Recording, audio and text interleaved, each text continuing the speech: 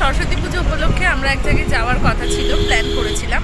তো সেই মতো আমরা আজকে বেরিয়ে পড়েছি। এখন যাচ্ছি বিরাটি মোড়। বিরাটি মোড়ে অবশ্যই আরও একজনের সাথে দেখা করব, সে আসবে। তারপরে আরও একজন মধ্যমগ্রামে, তারপর সেখান থেকে আমরা বেরিয়ে যাব আমাদের গন্তব্যের দিকে।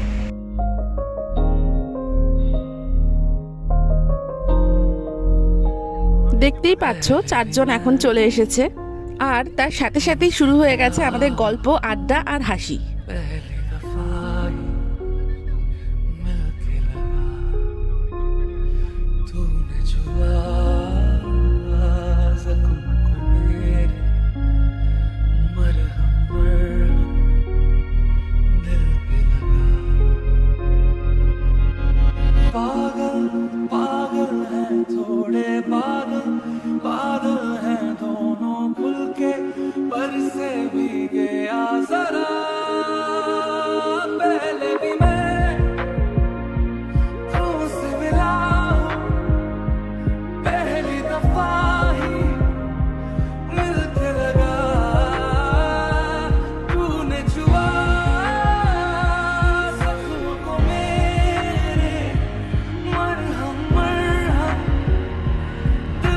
খুব শিগগিরই আমরা নতুন একটা চ্যানেল খুলতে চলেছি আর নতুন কন্টেন্ট নিয়ে।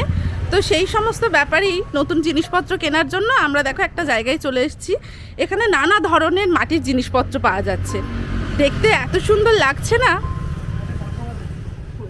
কিন্তু দুঃখের বিষয় হলো দোকানটায় কেউই ছিল না, তাই আমরা সাথে করে মা লক্ষ্মীকে তুলে নিয়ে চলে এসেছি আমাদের সাথে।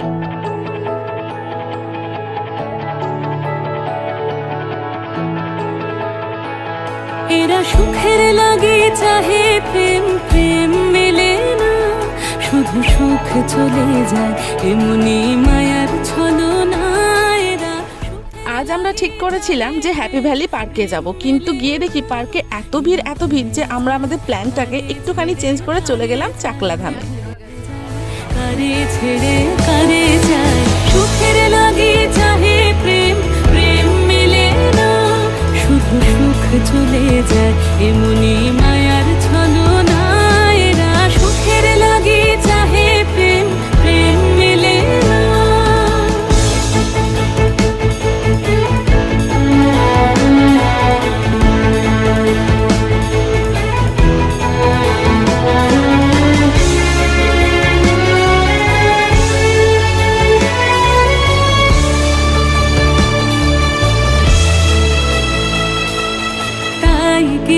কাটে নিশে তাই দহে প্রাণ, তাই মান অভিমান, তাই এত হায় হায়।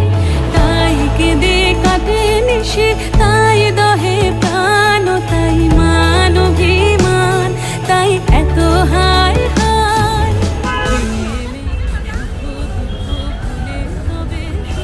আমরা এখন পৌঁছে গেছি চাকলা ধামে। আস্তে আস্তে গাড়ি পার্কিং করে নিয়েছি। গাড়ি পার্কিং করার পর এবার এগিয়ে যাচ্ছি মন্দিরের দিকে। এখানে 4 চাকা গাড়ির পার্কিং মূল্য 50 টাকা।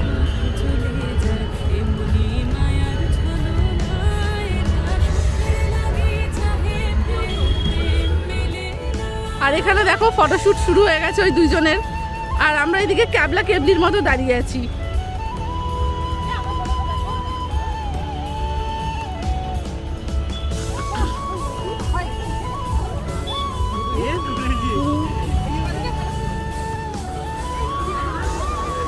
পার্কিং এরিয়ায় ফটো তোলা শেষ করে এখন আমরা এগিয়ে যাচ্ছি মন্দিরের দিকে।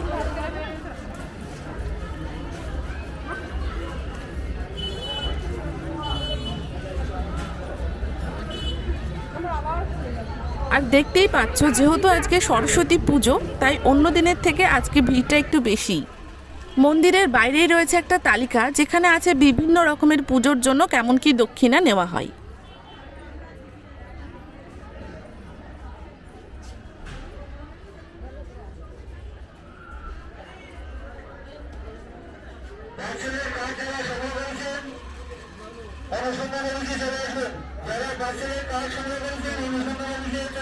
এখানে অবশ্য স্বল্প মূল্যে জুতো রাখারও সুবন্দোবস্ত রয়েছে।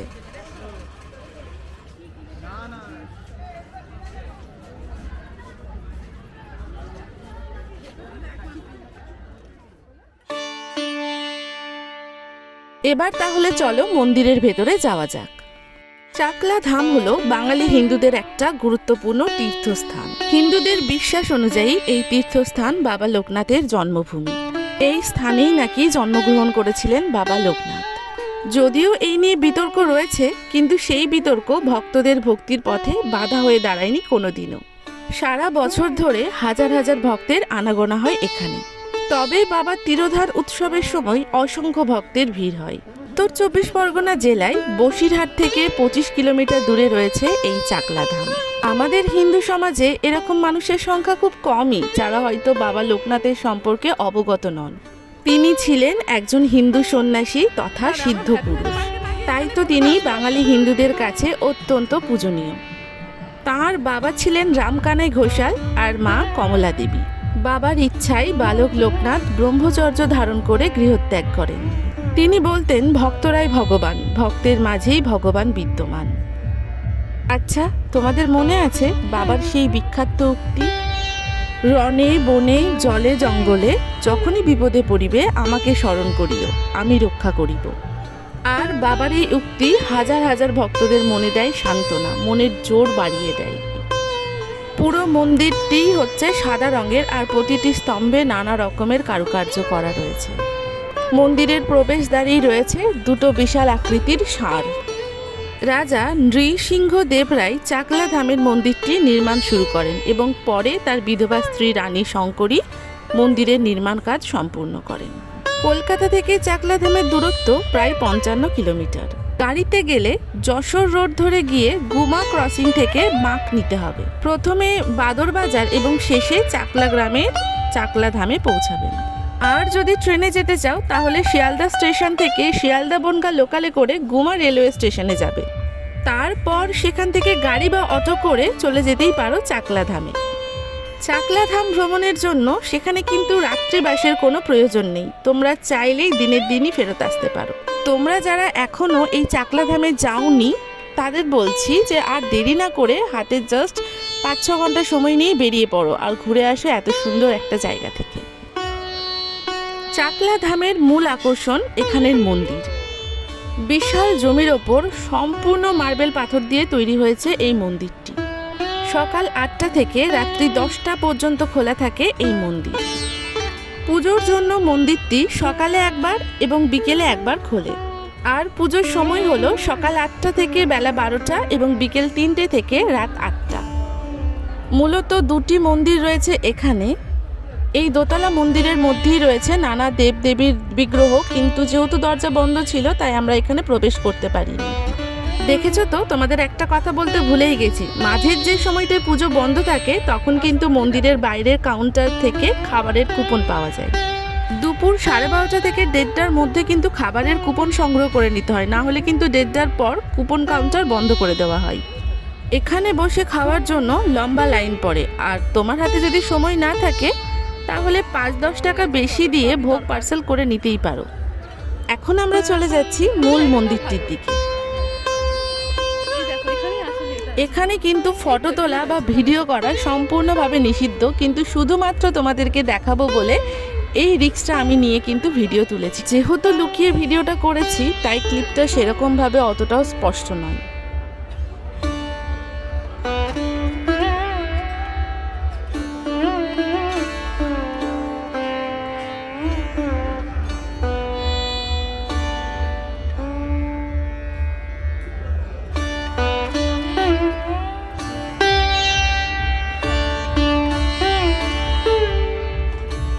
আর এই হলো বাবার যজ্ঞশালা।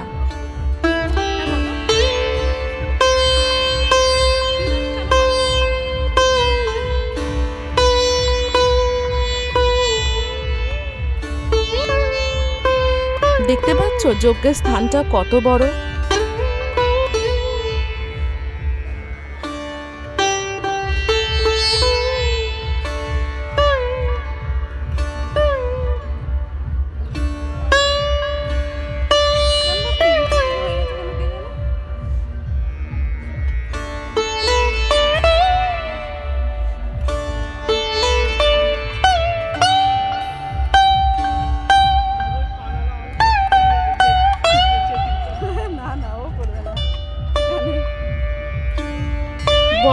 যে কোনো সময়ই এখানে যেতেই পারো, তবে উৎসবের সময় মন্দির আরো সুন্দরভাবে সেজে ওঠে।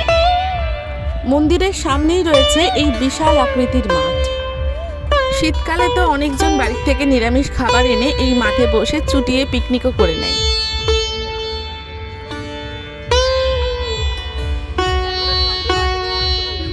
আর ওই যে দেখতে পাচ্ছ মন্দিরের চূড়া, ওখানেই রয়েছে ত্রিদেব, অর্থাৎ ব্রহ্মা, বিষ্ণু আর মহেশ্বর।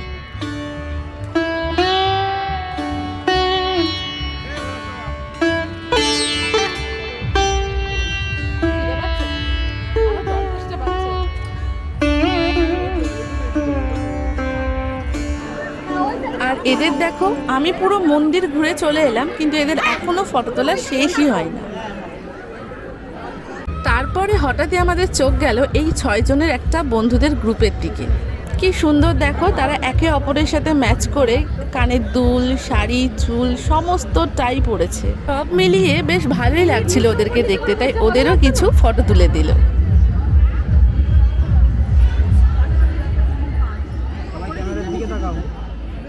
তো মোটামুটি এখন আমাদের মন্দির দেখা হয়ে গেছে, তো এখন আমরা বাইরের দিকে বেরিয়ে পড়েছি।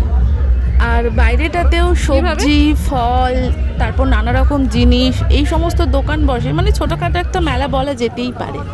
এখানে কিন্তু সবজির দাম অনেকটাই সস্তা, তাই তোমরা চাইলে বাড়িতে নিয়েও যেতে পারো কিনে। চলো বাজারটা তাহলে তোমাদের ঘুরে দেখানো যাক।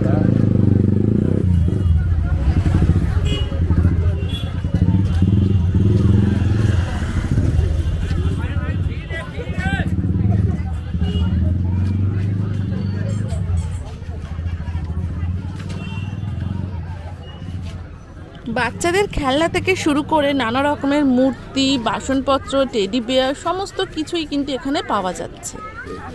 আর জিনিসপত্রের দামটাও কিন্তু তুলনামূলকভাবে অনেকটাই কম।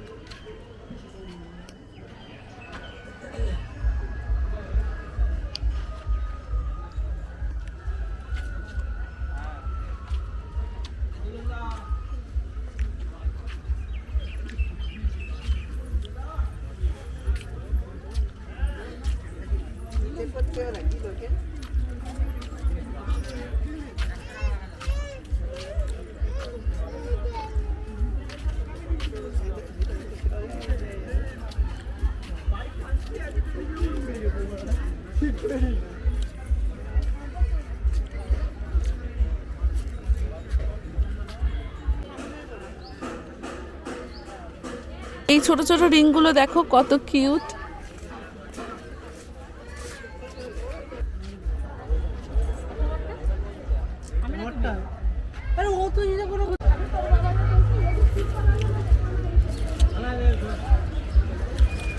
দাদা দাম কেমন আছে?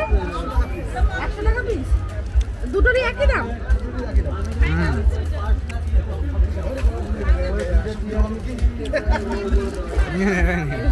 ঠিক আছে, তাহলে এটা দিয়ে দিন।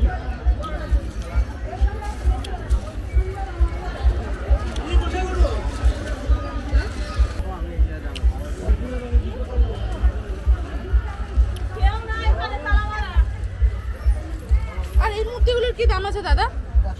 এগুলো 160 টাকা। আর ওই যে রাধা কৃষ্ণটা অত বড় যেটা 850 টাকা। 850 টাকা। আর এই শ্বেতপাথরের আছে 450 টাকা। ওটা খুব সুন্দর লাগছে।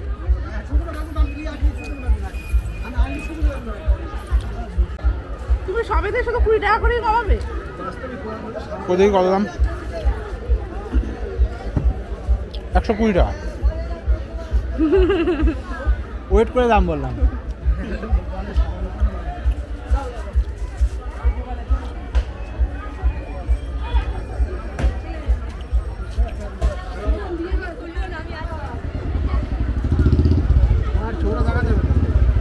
তুমি ওই ডাবের দিকে রাখো। এখানে দেখো একটা কাকু ডাব বিক্রি করছিল, তার আমরা একটু ফটো তুলে দিলাম। কাকু খুশি হয়েছো? দেখেছো কি সুন্দর নিষ্পাপ হাসি, এই হাসিটাই তো আমাদের প্রাপ্তি।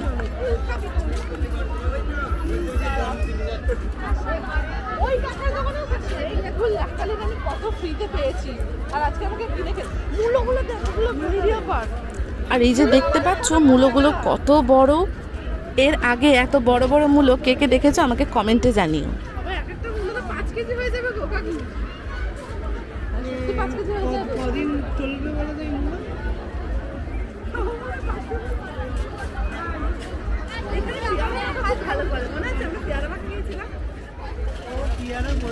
কত বড় পেয়ারা মাখা? পেয়ারা মাখা 10 টাকা সব। দাও তো। এতক্ষণ ধরে ঘোরাঘুরি করার পর আমাদের খিদেও পেয়ে গেছিল, সেজন্য আমরা নিয়ে নিলাম পেয়ারা মাখা। হ্যাঁ, কোথায় দেবো বলো? না, বলিনি দিদি একদম। আচ্ছা বুঝলো, এই নেন কাটি নেন। 5টা কাটি দাও। 5টা। তা আছেই তো 5 জন, একটা যদি এক্সট্রা লাগে। টাকা নিয়েছিস? তুই দে তুই দে। নিয়ে নাও নিয়ে নাও। বাবা এটাকে তোলো বলো কোনটা?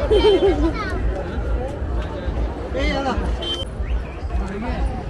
কেমন? একদম লুকিয়েছিল না বাবা। কি বলবো? এই দাদা কত আমার? বলে 100 টাকা 2 টাকা দাম হচ্ছে। 80 টাকা ইয়ে দিবি। বললো বললো। না না বাবা না।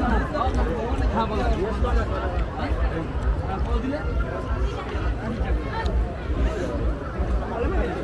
ভালো মাছ এখানে পেয়ারা মাখা 10 টাকা সব। কেমন হয়েছে? দারুণ। এখানে দেখো আমরা 4 জন পুরো হামলে পড়েছি পেয়ারা মাখার ওপর, আর সত্যি বলতে পেয়ারা মাখাটা অসাধারণ ছিল খেতে।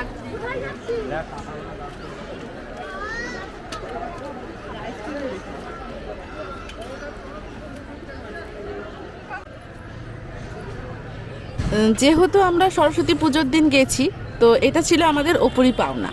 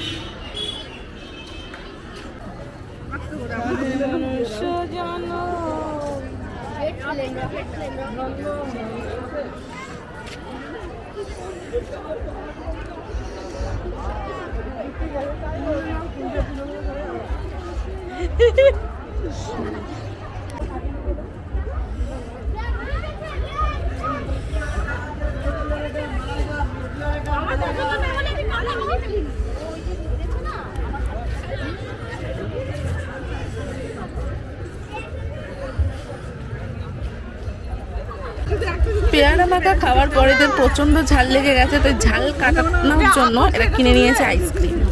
যদিও তাতেও খুব বেশি একটা লাভ হয়নি, মানে ঝাল তো কাটেই নি।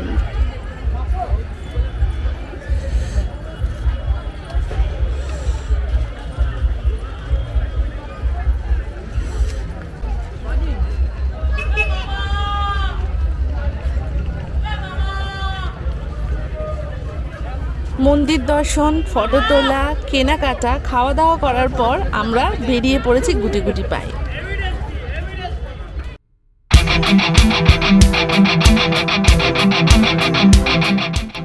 অফ সাইডের ফুচকার দোকানগুলো না খুব ভালো টেস্ট হয়, তো সেই জন্য আমরা খুঁজতে শুরু করলাম কোথায় পাওয়া যায় একটা ফুচকার দোকান। আর বলতে বলতে পেয়েও গেলাম একটা ফুচকার দোকান। একটা ছোট্ট ভাই ফুচকা বিক্রি করছিল। দেখো ফুচকাটা দেখলেই তোমরা বুঝতে পারবে কেন এটাকে বললাম যে ইউনিক টাইপের ফুচকা।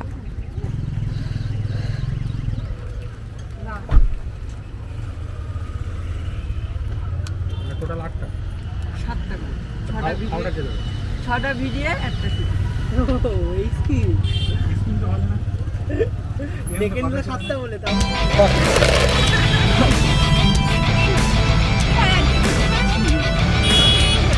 ঘুরতে বেরোলে এই যে টাকাটা কে পাবে?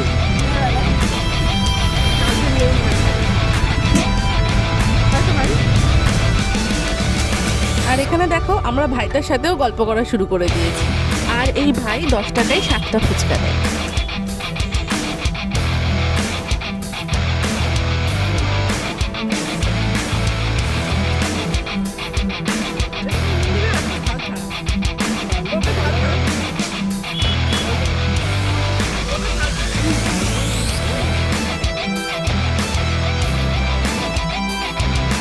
ফিরতে অনেকটাই রাত হয়ে গেছিল, তাই আমরা ঠিক করলাম যে রাতের ডিনারটা কমপ্লিট করেই বাড়িতে ফিরি।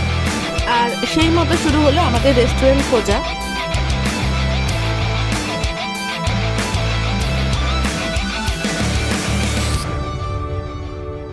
অনেক খোঁজার পর একটা রেস্টুরেন্ট পেলাম আমরা ফাইনালি। গাড়ি থেকে নেমেই প্রথমেই শুরু করে দিলাম সেলফি তোলা। রেস্টুরেন্টের অ্যাম্বিয়েন্সটা তোমাদেরকে একবার দেখিয়ে দিই। এটা হচ্ছে ওভারঅল বাইরের লুকটা।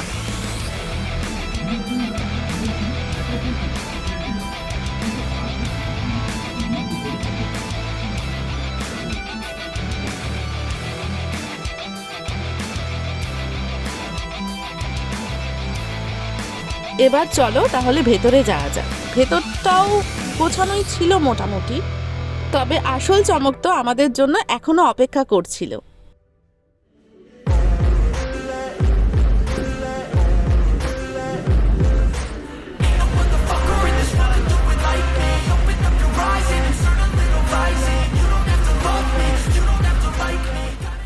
আমরা 4 জন বসেও পড়েছি আর আমাদের হাতে এসে পড়েছে মেনু কার্ড।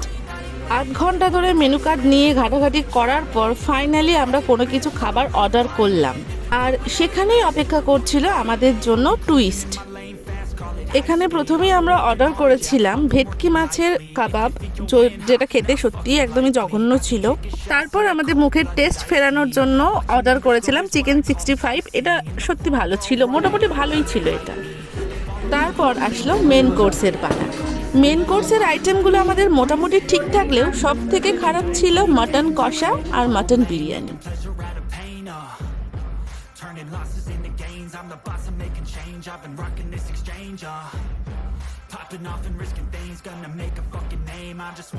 আর একটা জিনিস, একসাথে যখনই অনেক কিছু অর্ডার দেওয়া হয় তখন কিন্তু উনি গুলিয়ে ফেলছেন কোন জিনিসটা কতটা নিয়ে আসতে হবে, আবার কখনো বা ভুলে যাচ্ছে যে কি কি অর্ডার ছিল। এখানে আমরা 4 জন 4 রকম আইটেম অর্ডার করেছিলাম, তো আমাদের খাবার দাবার কিন্তু চলে এসেছে, কিন্তু আমাদের যে মাটন বিরিয়ানিটা অর্ডার করা ছিল সেটা নেহাতি উনি ভুলে গেছেন।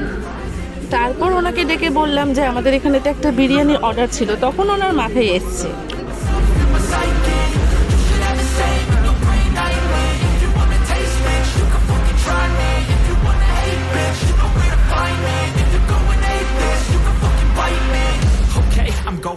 আমাদের খাওয়া যখন প্রায় কমপ্লিট তখন এসে পৌঁছালো মাটন বিরিয়ানি। আর এখানে দেখো ডিম পাতে পড়তে না পড়তে সেটাকে তুলেও নিল। এখন আমাদের বিদায় নেওয়ার পালা। আমাদের ভিডিও কেমন লাগলো অবশ্যই জানিও। ভালো লাগলে লাইক, শেয়ার আর কমেন্ট করতে ভুলবে না। আর চ্যানেলে নতুন হলে অবশ্যই সাবস্ক্রাইব করে নিও। Thank you.